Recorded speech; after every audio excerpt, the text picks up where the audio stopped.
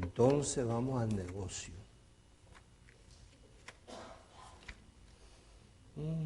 Vamos a buscar allí en Génesis capítulo 8. Dios, bajamos un poquito. Génesis capítulo 8.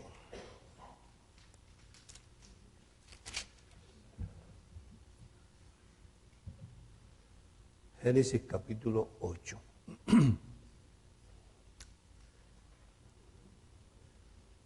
Y estamos hablando sobre una serie de enseñanzas. ¿Está bien así, papi? Que la hemos titulado Problema, ¿qué más? Propósito, ¿qué más? Proceso, ¿qué más?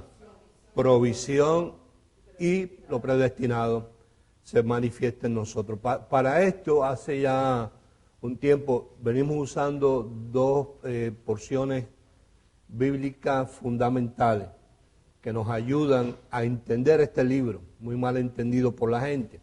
Uno está en 1 Corintios 10, no lo busque, apúntelo, yo lo voy a parafrasear un poquito para que nos pongamos a tono en lo que estamos hablando, que nos refresquemos un poquito la memoria, ya que nos ausentamos una semana, nos exponemos al mundo de lo natural. Entonces nos cuesta entrar en el mundo de lo sobrenatural, que es lo que la palabra nos describe.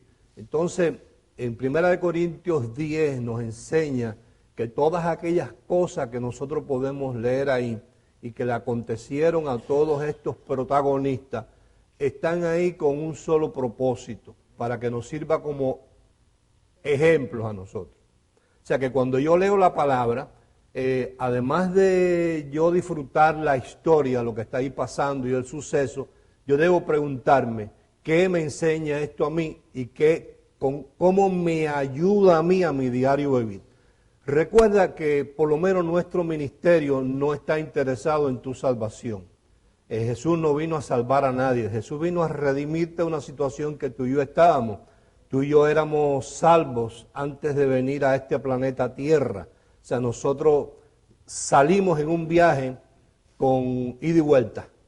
O sea, nosotros no nos mandaron con un pasaje de una sola ida, sino nosotros tenemos pasajes de ida y vuelta, porque la palabra dice que todo lo que salió de Dios regresa a Dios, y tú saliste de Dios, tú fuiste creado a su imagen y semejanza. O sea, no estamos hablando de tu salvación como tal, estamos hablando de que cuando Dios creó y formó al hombre, le dio una conciencia para ser formada limpia.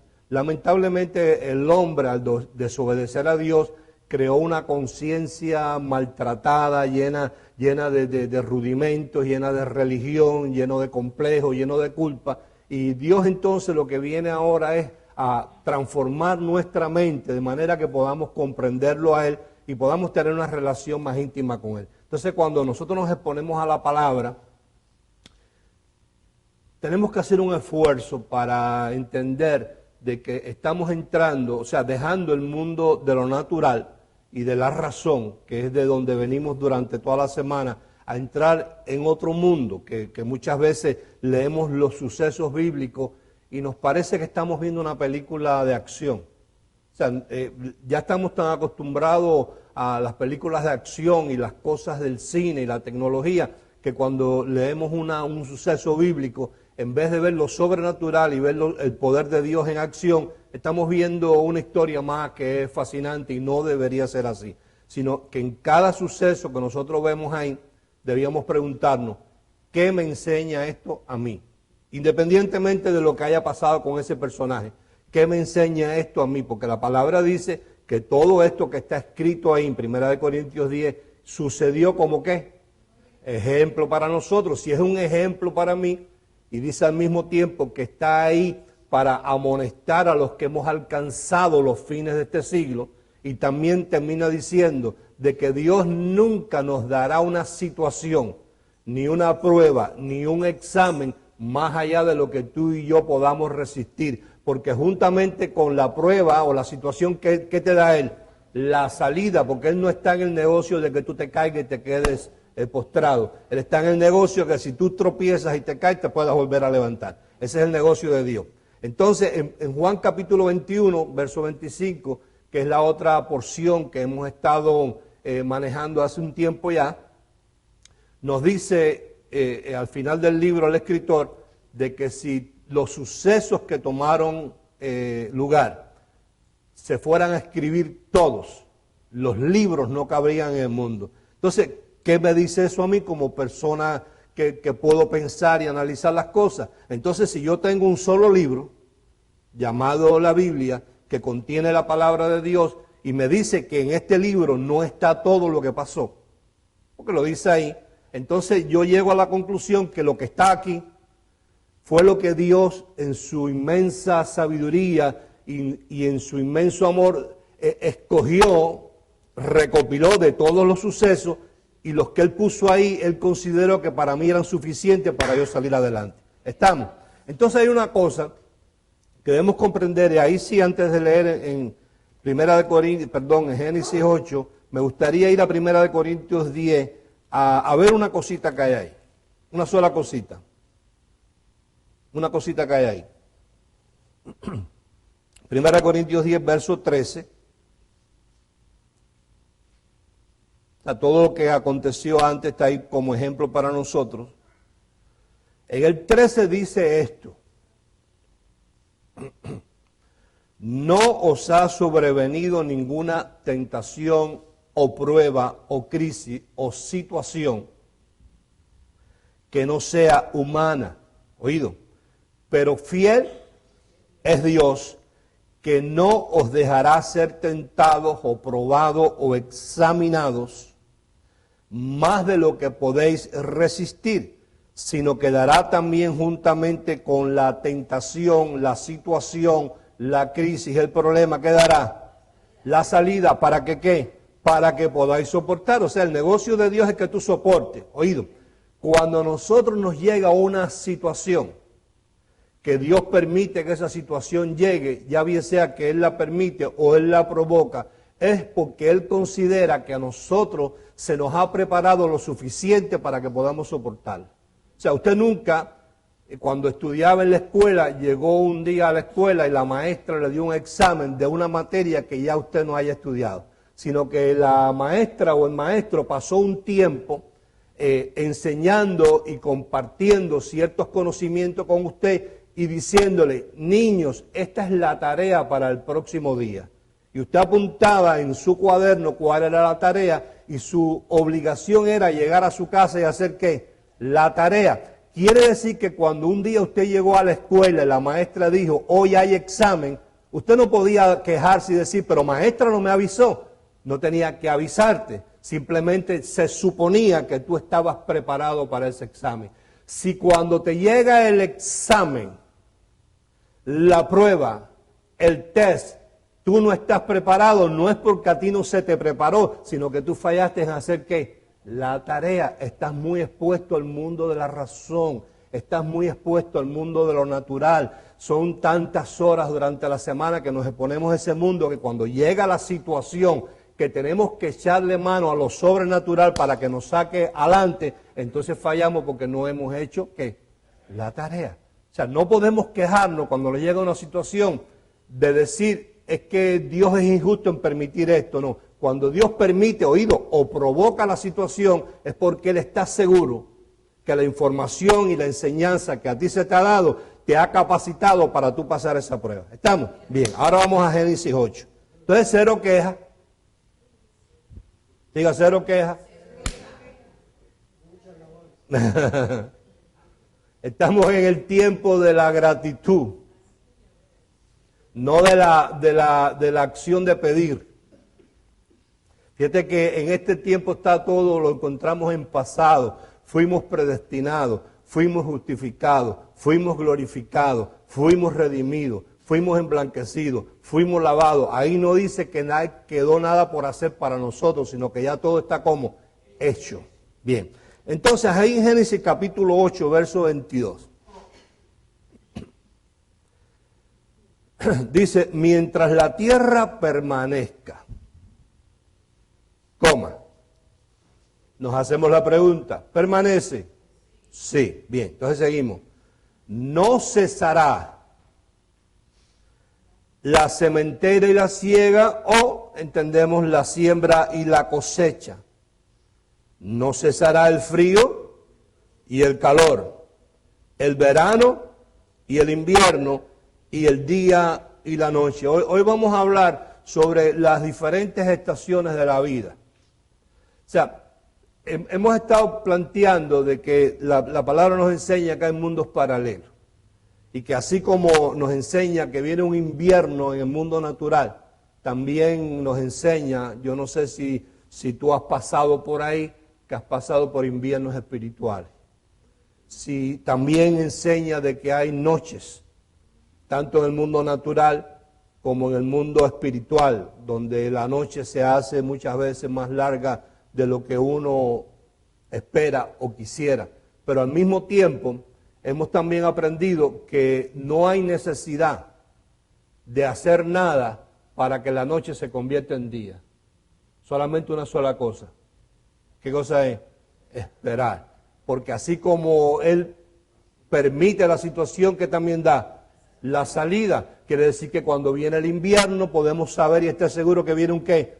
Un verano. Que cuando pasamos por tiempo de sequía sabemos que vendrá la lluvia. Cuando pasamos por un tiempo de escasez, sabemos también que vendrá un tiempo de cosecha. Sabemos que cuando nosotros estamos pasando por un tiempo de frío, de soledad, también sabemos que va a venir el calor también. Entonces, la Biblia nos enseña a nosotros que en cada cosa lo más importante es cómo tú y yo pasamos el proceso. Yo estaba observando, sentado ahí, porque estamos en asunto de ajustarnos, ¿verdad? Tenemos que estar llegando con muchos equipos e instalar los equipos. Entonces yo estaba pensando ahí, a mí me gustaría pues hacer lo que siempre he hecho, que antes de predicar encerrarme en mi cuartico, ¿verdad? Y no exponerme al asunto, pero bueno, uno tiene que irse ajustando según las cosas van pasando. Y yo decía, en medio de todo este trajincito que estamos pasando, ¿cuántos pensamientos diferentes pasará por la mente de cada uno de los que están sentados ahí?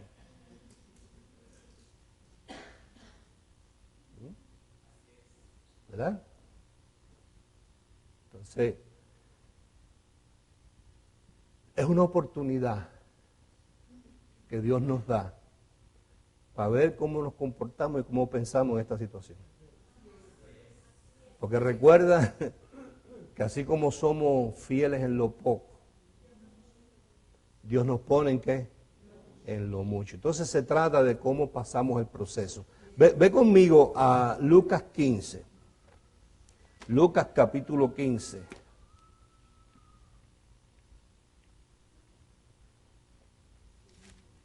¿Tú qué piensas? ¿Ves? ¿Estás triste? Ah. No te cantamos una canción.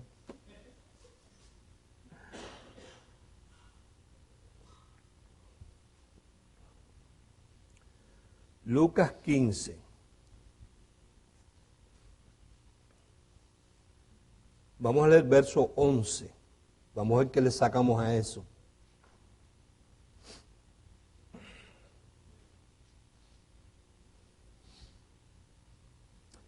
Dice en el verso 11, un hombre tenía 2 hijos.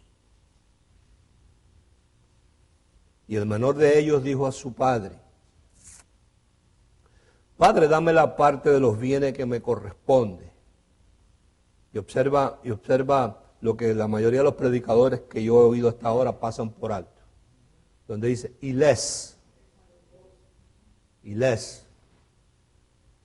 repartió a los 2 los bienes. O sea, no le dio solamente al que pidió, sino el padre dice, el que pidió su parte, le voy a dar su parte, pero al otro que no ha pedido nada también le voy a dar. Dice, no muchos días después, juntándolo todo, el hijo menor se fue lejos a una provincia apartada y allí desperdició sus bienes viviendo perdidamente. No quiere decir exactamente como dicen por ahí que andaba con prostitutas ni nada, sino es una mente desordenada. A lo mejor lo invirtió mal, a lo mejor hizo malos negocios, a lo mejor esto se juntó con amigos, a lo mejor no trabajaba, o sea, lo que el padre finalmente le dio, él se quedó sin un centavo. Y cuando todo lo hubo malgastado, vino una gran hambre en aquella provincia y comenzó a faltarle. Y fue y se arrimó a uno de los ciudadanos de aquella tierra, el cual le envió a su hacienda para que apacentase cerdos. Entendamos que en esta cultura el cerdo es un animal inmundo. Y deseaba llenar su vientre de las algarrobas que comían los cerdos, pero nadie le daba. Y volviendo en sí dijo: ¿cuántos jornaleros en casa de mi padre tienen abundancia de pan y yo aquí perezco de hambre? Diga problema, diga proceso. Ahí está el proceso del muchacho. Como nosotros actuemos y respondamos durante el proceso, es lo que nos va a nosotros a sacar adelante en nuestra situación. Observa la actitud del muchacho. Y volviendo en sí, ¿qué dijo? ¿Cuántos jornaleros en casa de mi padre tienen que abundancia de pan y yo aquí perezco de hambre? Me levantaré e iré a mi padre y le diré: Padre, he pecado contra el cielo y contra ti, ya no soy digno de ser llamado tu hijo, hazme como a uno de tus jornaleros. Y levantándose vino a su padre, y cuando aún estaba lejos, ¿lo vio quién? Su padre. Quiere decir que en medio del proceso, el padre sabía que el muchacho volvía. Porque fíjate que ahí dice, y cuando aún estaba lejos, lo vio su padre, y fue movido ¿a qué? ¿A castigo? No, a misericordia. Y corrió. ¿Quién corrió? El padre. Y se echó sobre su cuello, ¿y qué le hizo? Le besó. Y el hijo le dijo: Padre, he pecado contra el cielo y contra ti, y ya no soy digno de ser llamado tu hijo. Pero el padre dijo a sus siervos: sacad el mejor vestido, diga provisión, y vestidle, y poner un anillo en su mano y calzado en su pie. Verso 23. Y traer él. Observa la expresión él. Quiere decir que desde que el muchacho se fue, el padre separó un becerro y le dio instrucciones a esos jornaleros y a esos criados. Y le dijo: me separan este becerro y me lo cuidan, porque este becerro está ahí destinado para cuando mi hijo regrese. Este no me lo van a coger para venderlo ni para hacer fiesta. Este me lo separan. Por eso cuando él dijo: traedme el becerro, los jornaleros sabían de lo que el hombre estaba hablando. Entonces quiere decir que así como llega la situación, Dios también nos da la salida. ¿Oído? Antes que llegue la situación, ya Dios tiene la salida. O sea, que antes de que el muchacho regresara, ya el padre había separado el becerro. En tu situación y la mía es igual. Recuerda lo que estudiamos con David. Cuando vemos a David, vemos reino. Vemos ahí que todo el mundo le decía a Saúl, rey Saúl. Sin embargo, capítulos anteriores, ya Dios había determinado que el rey no era Saúl, sino que el rey era ¿quién? David. Dios se lo dijo a Samuel: úngeme a David como rey de Israel. Y vemos la situación donde está el gigante, donde está el Goliat, donde está Saúl, donde está David, todo el mundo llamando rey a Saúl. Sin embargo, en el mundo espiritual, en el mundo paralelo, ya no era como la gente lo veía, sino era diferente. Ya para Dios el rey era David, no era Saúl.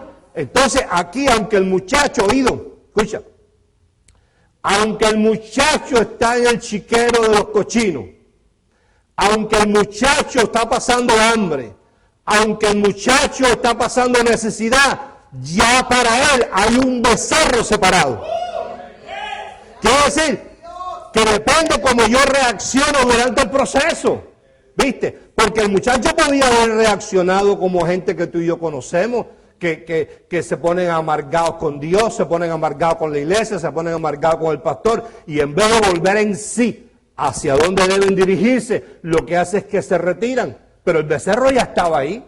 Todo dependió de la actitud del muchacho durante el proceso. Volvió en sí. Ahora, ¿por qué una persona puede volver en sí? Nosotros hemos hablado bastante en el pasado sobre la naturaleza complicada de nosotros. Así nos hicieron. Por una parte somos terrícolas, por otra parte somos extraterrestres, por otra parte estamos en el medio que no sabemos hoy qué somos y mañana nos comportamos como terrícolas, terrenales, y pasado nos comportamos como extraterrestres que caminamos por las nubes y todo está bien y gloria a Dios y en victoria, bendecido. Tú sabes cómo es el asunto, pero tenemos un área que es muy complicada, que se llama alma. Y en esa alma está una mente, y en esa alma está un intelecto, y está una voluntad, y está un consciente, está un inconsciente, está un subconsciente. Y nosotros hemos trabajado en eso, porque cuando tú observas bien y estudias la palabra, Dios donde está interesado en ti es en esa parte. Porque es la pieza dañada que tenemos desde el principio. En el jardín del Edén, nuestro antepasado Adán y Eva nos dañaron esa pieza. Nosotros no tenemos problema en el espíritu. En el espíritu estamos perfectos. Estamos creados a la imagen y semejanza de Dios. En la carne, bueno, nos las tratamos lo mejor posible, nos las pintamos, nos echamos la cremita lo mejor posible, nos pintamos el pelito los que se lo pintan. Yo no, yo todavía no uso Clairol 340. Brunet. Así me pregunta la gente que cuál uso yo. Mi mamá tenía 96 años y no se pintaba el pelo, yo voy por la misma. Mira, entonces vemos todas estas cosas y cuando nos damos cuenta, Dios donde está interesado es en esa área donde tú y yo tomamos las decisiones a diario. Entonces, ¿qué hizo que el muchacho respondiera y actuara de la manera que actuó durante su proceso? Lo que tenía sembrado en su subconsciente. Recuerda que el subconsciente no es otra cosa que una información que está ahí. Que si nosotros, no hacemos la tarea, una vez a la semana no te es suficiente, Pipo. Bendecido una vez a la semana o una vez cada 2 semanas que tú vengas a oír al pastor una charla, no te es suficiente para cambiar esa cantidad de metralla que tenemos nosotros en ese subconsciente. Y es tan importante como esto que te voy a decir. El subconsciente es lo que está dominando nuestro presente y formando nuestro futuro. Porque eso es lo que nos hace reaccionar y actuar y decidir de la forma que nosotros lo hacemos. Porque está ahí. Eso no se borra cuando tú dijiste un día en una iglesia, recibo a Jesucristo como mi Salvador. Tú lo sabes que es así. O cuando llamaste al programa de radio tampoco se borra. Eso es un trabajo que necesita tiempo. Así como hubo tiempo para formar lo que hay ahí.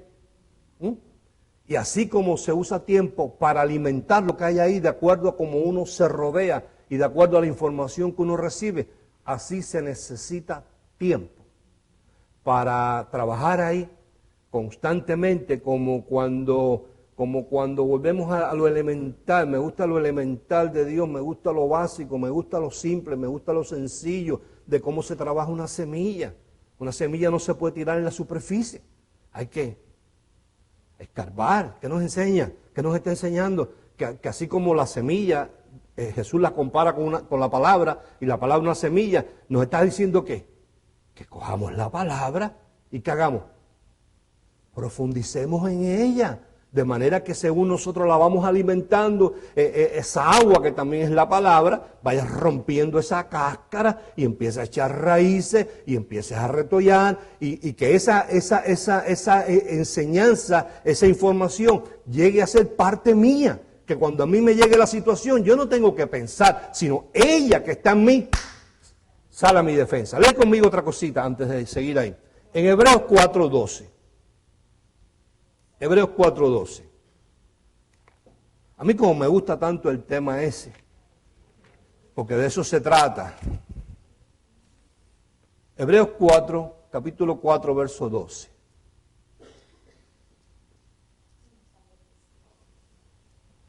Diga, mi salida está en mi proceso. Hebreos capítulo 4, verso 12, yo lo voy a leer aquí del Código Real y verás cómo lo entendemos mejor. Dice, porque la palabra de Dios es viva y eficaz, o sea, no es muerta, produce, es eficaz, produce y es viva. Y más cortante que espada de dos filos. ¿Y qué hace? Penetra. ¿Hasta dónde? Hasta donde, escucha cómo lee aquí, hasta donde se divide el mundo del alma y el mundo del espíritu. O sea, que aquí Dios le trata como que son dos mundos diferentes. Oído, el problema está en que los dos esos mundos se parecen. Porque son mundos los dos invisibles. Son mundos inoloros, ninguno se toca. Uno es el mundo de las emociones y el otro el mundo espiritual. ¿Y cuánta gente no conoce uno que confunde una cosa con la otra? Porque como no se ve, puede uno estar oyendo la voz de la conciencia y decir, oí la voz del espíritu. ¿Y no será que cuando dije oí la voz del espíritu, fue porque oí lo que yo quise oír y no lo que debía haber oído? ¿Por qué dice ahí que la palabra de Dios es viva y eficaz? Porque la palabra es la que nos va a ayudar a nosotros a determinar si la voz que yo estoy oyendo es la voz del alma o es la voz del espíritu. ¿Por qué? Porque el espíritu jamás va a violentar lo que ya está escrito en la palabra. O sea, Dios nunca te va a decir a ti, vamos a decir que tú seas de esos holy, de los que te encierras en el closet y estás muchas horas de rodillas buscando que el Espíritu te hable y de momento a ti te viene una cosa, una intención, un pensamiento y dice, Dios me habló, perfecto, Dios es vivo, Dios habla, pero por favor, antes de tú decir Dios me habló, sería bueno que tú contactaras si lo que te habló no violenta lo que está escrito. Porque esto que está escrito aquí lo inspiró y lo reveló el Espíritu Santo para que se escribiera. Entonces quiere decir que Él nunca va a decirte a ti algo que es contrario a lo que está aquí. ¿Viste? Entonces es un mundo, Dios lo llama dos mundos diferentes. Entonces, ¿qué hizo que este muchacho reaccionara de la forma que reaccionó cuando dijo, volvió en sí? ¿Qué lo hizo volver en sí? Lo que él ya conocía. ¿Qué conocía él? Él conocía que en la casa de su padre había mucho pan. ¿Conoces tú que en la casa de tu padre hay mucho pan? Lo tienes tú en tu subconsciente, en tu consciente, que aunque no tengas 2 pesos en el bolsillo, tú sigues diciendo, aunque yo no tenga 2 pesos en el bolsillo, en la casa de mi padre yo sé que hay mucho pan. Y no importa cómo yo haya malgastado, oído, no importa que cuando tuve no le di nada a él. No importa que cuando tuve no ofrendé, no importa que cuando tuve no diezmé, no importa. Yo sé que si yo regreso, Él no me echa atrás. Yo sé que si yo regreso, Él me besa porque Él me está esperando. Y no solamente me está esperando, desde cuando yo me fui, antes que malgastara, y antes que lo botara todo, antes que pasara hambre, y antes que regresara, Él me separó un becerro para cuando yo regresara. Se trata de eso. ¿Qué tengo yo en mi conciencia, en mi subconsciente, que en el momento del problema, la crisis, la situación, como tú lo quieras llamar? Porque ahorita estamos en una serie de personas que son supergracias, que no quieren que tú le digas que hay problema. ¿No? Ni crisis, no, los de gracia no tenemos crisis. Bueno, llámalo situación, está bien, te complazco, como mejor te cuadre. A mí hay cosas que me pasan que yo me gusta llamarlas problemas. Esto es un problema. Y esto hay que resolverlo, porque hasta que yo no entiendo que es un problema, no me dispongo a resolverlo, ¿entiendes? Entonces, lo que yo tenga en mi consciente y mi subconsciente, oído, bendecido, es lo que me va a ayudar a mí a volver en sí y reaccionar, oído, durante el proceso de la manera adecuada. A yo saber que aunque yo no tenga 2 pesos en el bolsillo, oído, aunque me sienta solo, ¿sabes qué? Se supone que te sientas solo.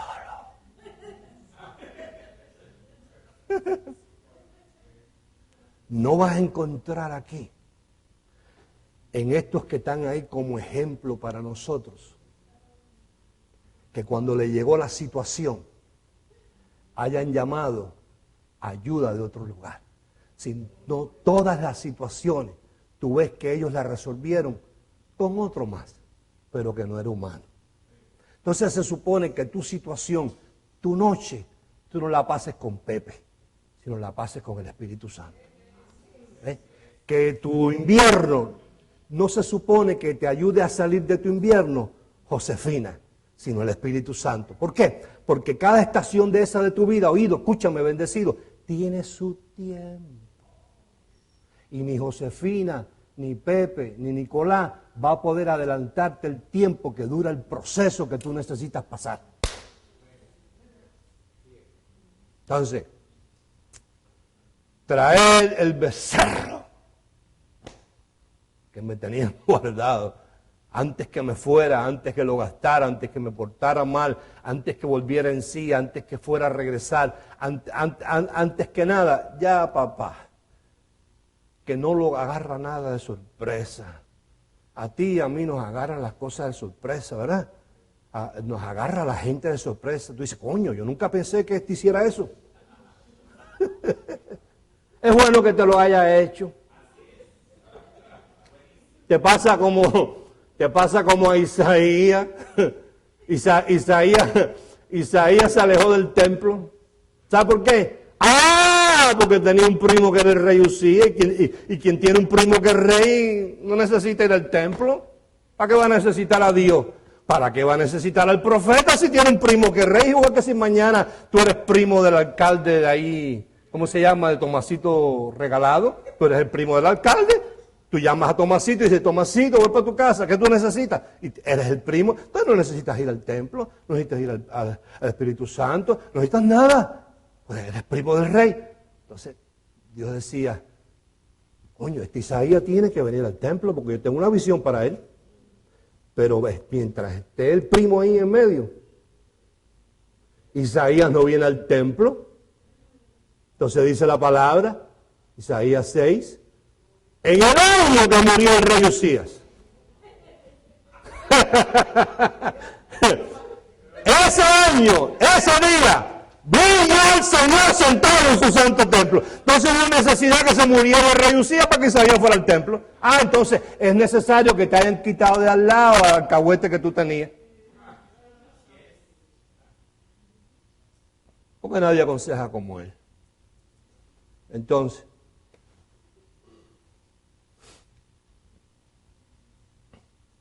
ve conmigo otra cosita ahí.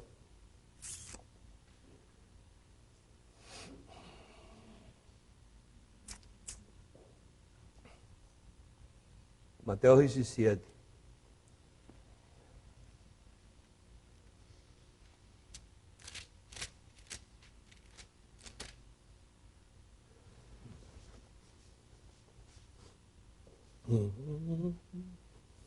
Entonces, como uno reacciona durante el proceso, depende de cómo esté alimentado mi subconsciente. ¿Y quién alimenta mi subconsciente? Yo. Yo escojo con qué lo alimento, qué yo oigo, qué yo miro, qué yo veo, con quién yo me relaciono, quién me aconseja, con quién yo consulto. Ese soy yo. Diga, ese soy yo. Entonces,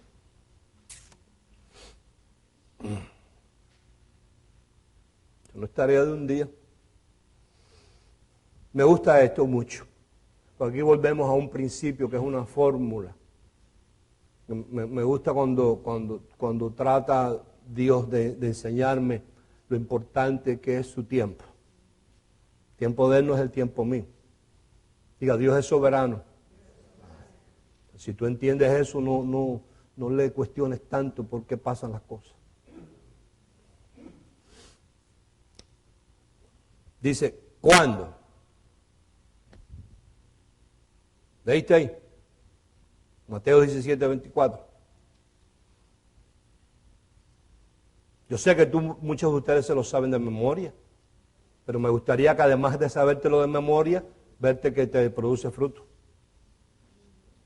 Que no te me entristezca, no te pongas ansioso.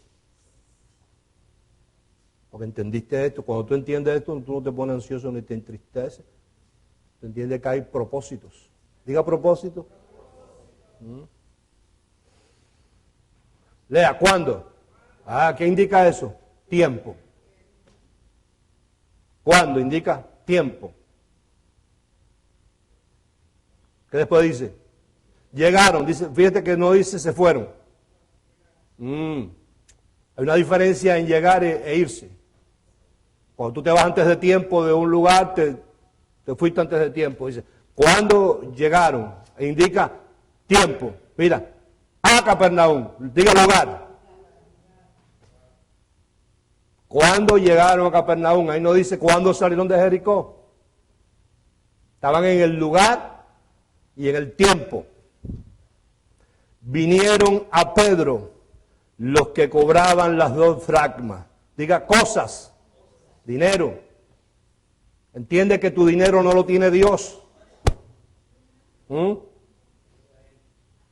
gente. Tiempo, lugar, cosas y personas.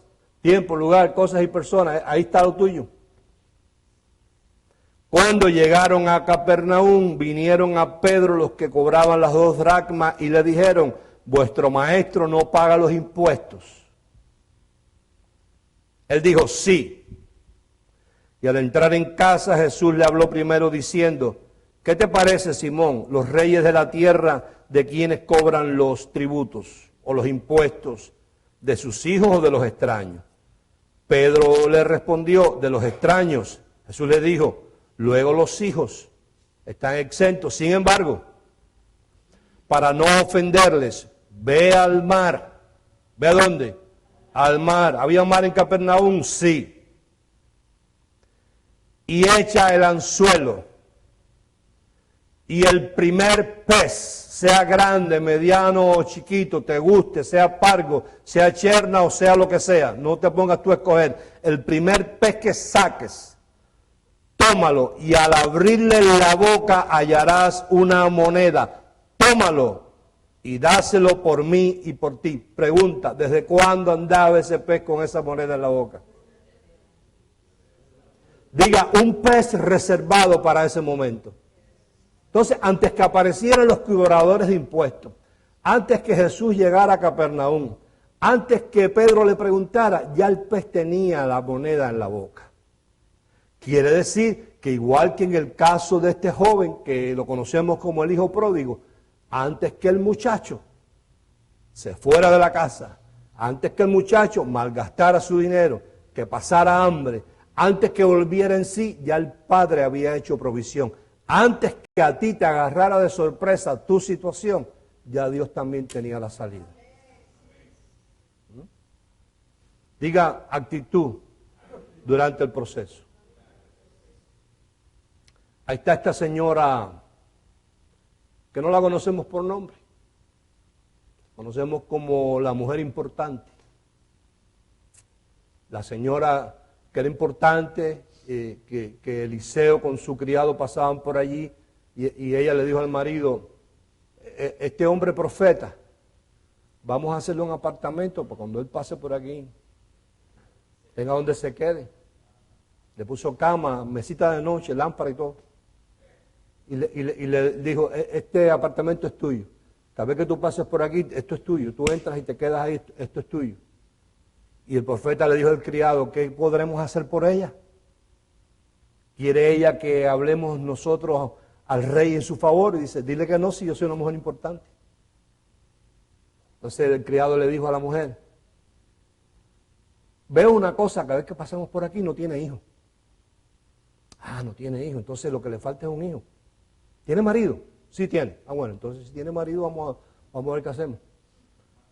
Hazla llamar. El profeta le dice a la mujer, para el año que viene, para este tiempo, abrazarás un hijo. Y cuando hemos hablado de ese pasaje en particular, la palabra abrazarás un hijo no es simplemente abrazarás un hijo, sino lo que el profeta le está diciendo a esta mujer es, Dios te va a dar un hijo para que tú lo abraces en nombre de él. O sea, como él no lo puede abrazar, tú vas a ser la que lo abraces. O sea, en otras palabras, en la palabra ahí, abrazarás un hijo, se forma en un título, donde se lee el abrazado. Ese es un abrazado por Dios. Dios te va a dar ese hijo, pero no va a ser tuyo. Es para que tú lo formes. Es para que tú lo críes. Es para que como Él no puede dejar su trono y abrazarlo, lo abraces tú en nombre de Él. Pero que llegado el momento, tú sepas que Él es el abrazado de Dios y lo puedas soltar para el, diga propósito, el propósito que Dios tiene con Él. O sea, Él no te lo va a dar simplemente para que tú te entretengas. Entonces, dice el suceso, diga que está ahí para enseñarme algo. ¿Qué tengo que ver yo con el muchacho ese ni con la mujer importante? Nada. ¿Pero para qué está ahí? Para enseñarme a mí. Dice que pasando el tiempo el muchacho creció y estando en el campo le dio un dolor de cabeza. Y fue donde el padre. Y el padre se lo llevó a la madre. Y el muchacho murió. ¿Cuál fue la actitud en medio del proceso de la mujer? Voy al profeta.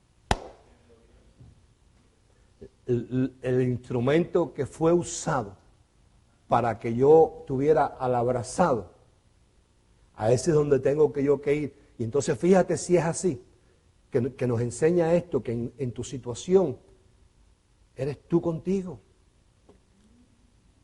Deja esa costumbre de estar llamando a la gente a contarle todos tus problemas, nadie te va a resolver nada. La gente es lo que le vas a contar a otro. Te voy a decir esto, no sé si caiga bien o mal, no sé, por el internet. ¿Tú crees en energía positiva y negativa? Yo creo, yo no sé si tú crees, si eres tan religioso que no crees en eso. Hay gente que no te ayudan en tu situación. No te ayudan con lo que hablan. A veces no tienen ni que hablar con lo que piensan.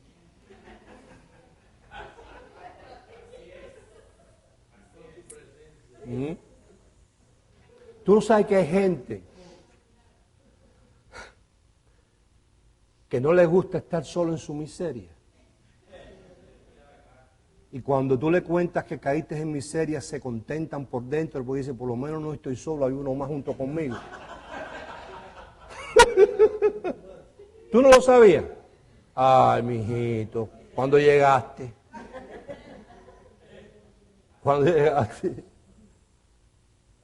Entonces, esto me enseña. Fíjate si me enseña que cuando la mujer ve que el muchacho murió, le dice al marido, haz el favor, dile a los criados que me preparen ahí unos burros. Voy de viaje. Dice, ¿a dónde vas? Dice, voy donde el profeta. Pero ¿cómo vas donde el profeta si no es luna nueva, ni día de reposo, no hay día de fiesta que celebrar? Dice, tú no te ocupes.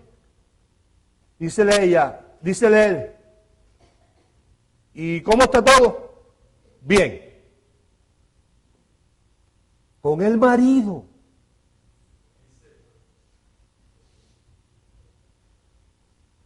Hay maridos y hay maridos.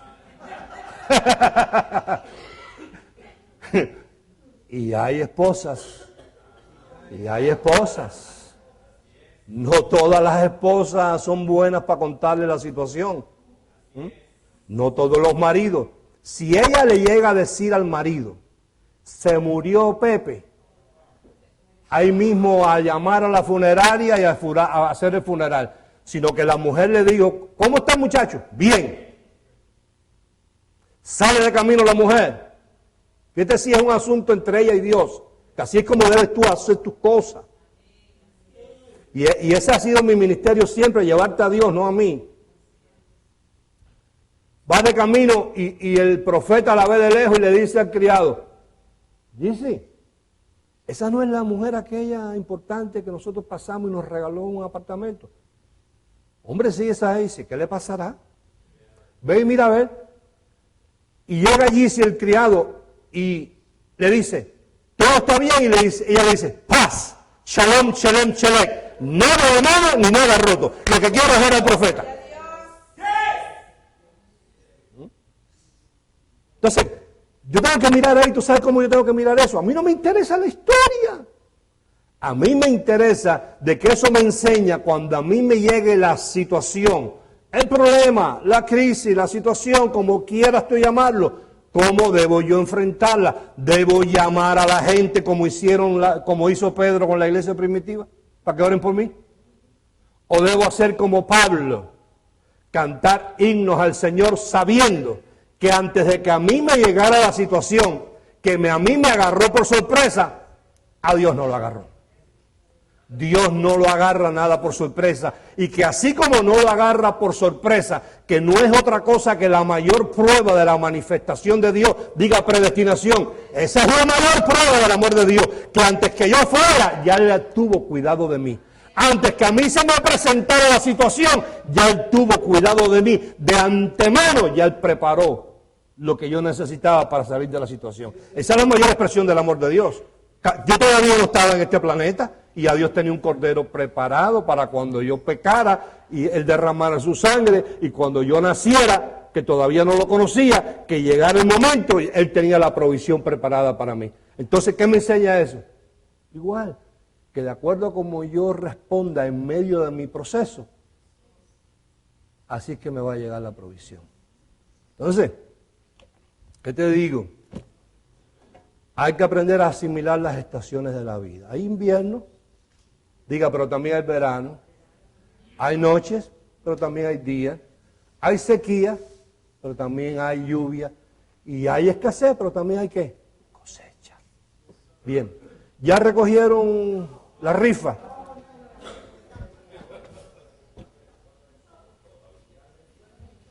A ver, una canasta grande.